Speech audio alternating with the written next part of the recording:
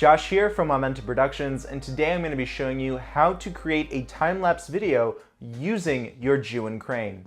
Now for those of you who don't know what a time-lapse is, it's basically a whole bunch of photos compressed into a video, making time pass by a lot quicker than reality. So basically anything that takes a long amount of time, a time-lapse can just compress that time and show everything in fast motion. Now, as stated earlier, we are not going to be shooting video. We are going to be shooting manual stills with your camera. So make sure you either have the time-lapse feature built into your camera or a separate intervalometer. It's basically a little remote module that hooks up directly into your camera and controls the shutter and the picture taking process. So before we get into shooting our time lapse, make sure that your camera is set to full manual mode. Manual exposure, manual white balance, manual focus, manual shutter speed, and so on. Especially when you're shooting outside, colors tend to change along with exposure. In time lapses, you can sometimes notice weird flickering, inconsistent focus, and exposure. This all has to do with the operator not properly setting the camera up. So I always shoot in manual mode, full manual mode, when shooting time lapses. Now in order for you to use the ZHIYUN crane as a time-lapse module, you will have to download the ZHIPlay app.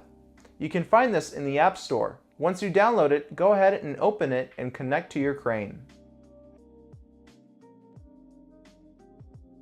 So once you've connected your crane, you want to press on the Settings tab, then press on Application Mode, and make sure that it's switched to phone control and not phone camera.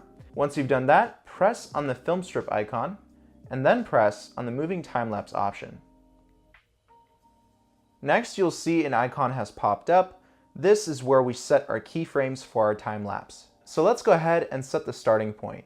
I want the crane to start over here. Once we're happy with the beginning point, we can press the plus button in the blue box, and then we can set another keyframe as our ending part of the time lapse. And you can set more keyframes as you wish. But for right now, I'm pretty happy. So then we press on Next. Next, we have to set the time interval and duration. Since we don't have a camera control cable, time interval doesn't really matter here. You can set the camera's interval on the intervalometer or inside the camera itself.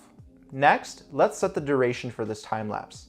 How long do we want this time lapse to be recorded for? Let's do it for 30 seconds, just so I show you how the camera moves.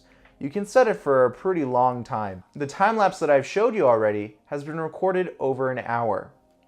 So you can do up to 3 hours in this application. And once you've set the camera app settings properly, you can go ahead and turn on your camera and make sure the camera settings are done properly as well. So since we don't have a camera control cable, we will need to simultaneously press start and the shutter release button here. That way the time-lapse process will get started on both the camera and the ZHIYUN crane. Now we can start.